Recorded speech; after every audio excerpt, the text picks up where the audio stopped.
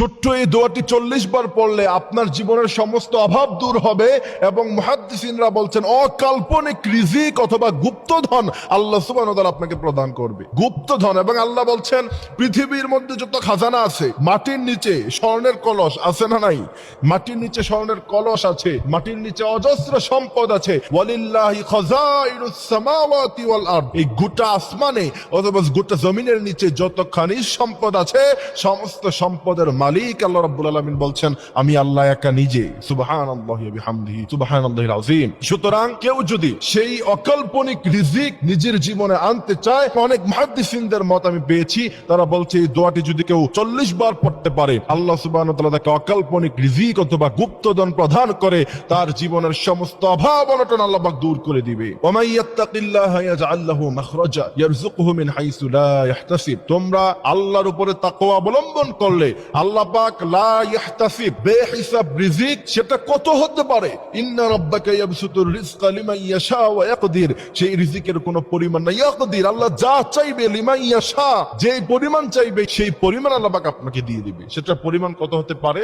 রব যত বড় তার পরিমাণও তত বড় হয়ে যাবে। সুবহানাল্লাহি ওয়া বিহামদিহি সুবহানাল্লাহিল আযীম। তবে এই ছোট্ট দোয়াটা আমি আপনাদেরকে বলে দিচ্ছি, এই দোয়াটা পড়ার টাইম হলো ফজরের আযানের পরে সাথে সাথে মসজিদে আসতে হবে। ফজরের সুন্নত পড়ার পরে, ফজরের নামাজ পড়ার আগে 40 বার পড়বেন ইয়া হাইয়ু ইয়া কাইয়ুম লা ইলাহা ইল্লা আনতা বিরহমাতিকা আস্তাগীস। আমি আবারও বলছি দোয়াটি, ইয়া হাইয়ু ইয়া কাইয়ুম লা ইলাহা ইল্লা আনতা বিরহমাতিকা আস্তাগীস। আপনি বিশ্বাসের সাথে যদি আপনি দোয়াটি পড়তে পারেন, আপনি অল্প কিছুদিন আমল করে দেখেন যে আপনার জীবনে উন্নতি হচ্ছে কিনা। তবে সেই উন্নতি পাওয়ার জন্য হারাম খাওয়া আপনাকে ছেড়ে দিতে হবে আজীবনের জন্য। আপনি হারামও খাচ্ছেন, দোয়াও করছেন, আল্লাহ পাক সেই দোয়া কখনো কবুল করবে না। অনেকেই বলে যে হুজুর আপনাদের দিয়ে অনেক আমল করি কিন্তু কাজ হয় না। আপনাকে আগে দেখতে হবে আপনি 5 ওয়াক্ত নামাজ পড়ছেন কিনা, আপনি হালাল খাচ্ছেন কিনা, আপনি অন্যের হক মেরে খাচ্ছেন কিনা, এই সব কিছুগুলো দেখতে হবে। আপনি যদি অন্যের হক মেরে খান তাহলে তা আপনার দোয়া আল্লাহ সুবহানাহু ওয়া তাআলা কখনো কবুল করবে না। এটাও তো একটা মূল পয়েন্টের মধ্যে অন্তর্ভুক্ত হয়। এই জন্য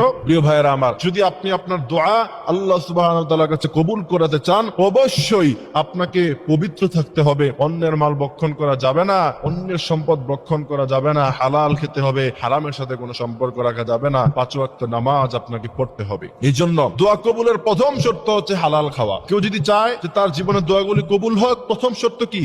হালাল খাওয়া, নামাজ পড়া, হারাম থেকে বেঁচে থাকা। এবার আসেন, দোয়া আল্লাহ সুবহানাহু ওয়া তাআলা কবুল করে। বিশ্বনবী বলছেন আল্লাহ সুবহানাহু ওয়া তাআলার কাছে যখন তার কোনো বান্দা দোয়া করে আল্লাহ বলেন উস্তুজিব, দোয়া কবুল। যখন কেউ গাড়ি চায় আল্লাহ বলেন উস্তুজিব, দোয়া কবুল। কেউ যখন বাড়ি চায় আল্লাহ বলেন উস্তুজিব, দোয়া কবুল। কিন্তু সব দোয়ার ফল আল্লাহ পাক দুনিয়াতে দেয় না, কিছু দোয়ার ফল আখিরাতের জন্য আল্লাহ পাক রেখে দেয়। কিয়ামতের বিভীষিকাময় দৃশ্যে মানুষেরা যখন হয়রান হয়ে যাবে, আল্লাহ পাক তার এমন অসংখ্য বান্দাকে ডেকে এনে বলবে যে বান্দা যাও, তুমি যে দুনিয়ায় দোয়া করেছিলা, গাড়ি বাড়ি চেয়েছিলা, তা দেই নাই, আজকে তোমাকে আমি আল্লাহ বিনা হিসাবে জান্নাত দিয়ে দিলাম। সুবহানাল্লাহি বিহামদিহি সুবহানাল্লাহিল আযীম। আল্লাহ পাক আমাদেরকে এই কথাগুলি বোঝার এবং এই আমলগুলি করার তৌফিক আল্লাহ আমাদেরকে দান করুক, বলেন আমিন।